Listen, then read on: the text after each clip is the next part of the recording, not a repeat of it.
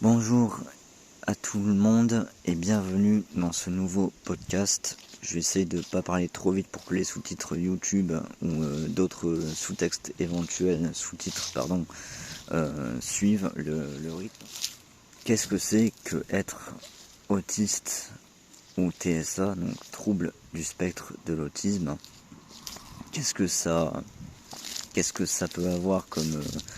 qu'il peut y avoir comme symptômes? Quelles en sont les faiblesses et les forces pour une personne qui est concernée par un potentiel ou un avéré diagnostic autiste? Alors, déjà, il va y avoir, sans vouloir vexer qui que ce soit, il va y avoir des faiblesses, c'est-à-dire que la personne autiste va avoir des difficultés à gérer son quotidien, difficultés à gérer sa carrière professionnelle, notamment au niveau des tâches quotidiennes, mais aussi du relationnel. Ce qui va être potentiellement plus ou moins compliqué, ça va être de gérer en fait le relationnel avec les autres, de comprendre et d'interpréter correctement les propos des autres, d'interagir avec les autres, la compréhension et l'interprétation de l'humour, si je prends l'exemple du second degré. Alors je vous donnerai peut-être des exemples plus tard si vous en voulez, dans une autre vidéo peut-être pour rester bref ici. Et il peut y avoir une difficulté à comprendre l'implicite, notamment. Il y a des difficultés à gérer aussi les émotions. Il peut y avoir une certaine hypersensibilité, que ce soit à l'anxiété ou de manière globale, peut-être potentiellement une hyperacousie, au niveau, en fait de manière globale au niveau neurosensoriel, je crois qu'on peut dire comme ça, au niveau des sensations, des textures, du bruit, des choses, voilà, c'est toutes ces choses-là qui sont au niveau des 5 sens.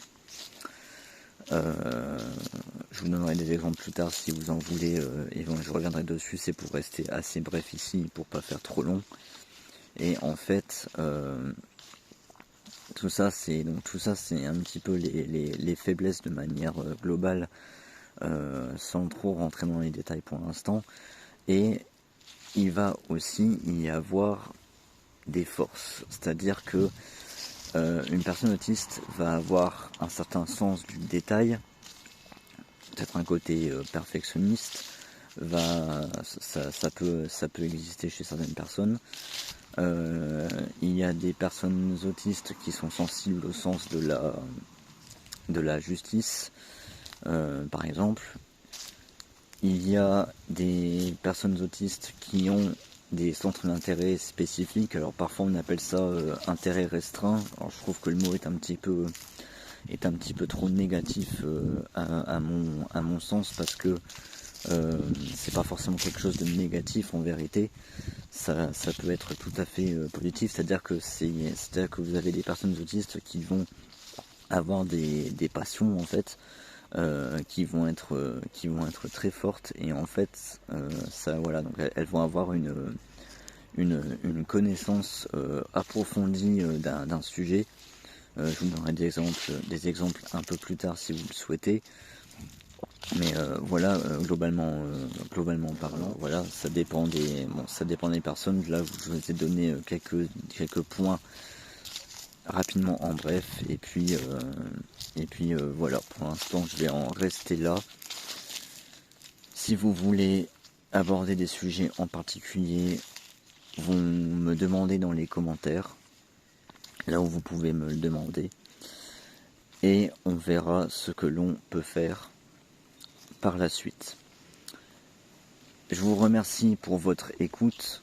Je vous invite à mettre un like ou un commentaire, ou même à vous abonner et à partager si vous avez trouvé ce podcast intéressant. Et je vous souhaite de bien prendre soin de vous. Merci beaucoup et au plaisir.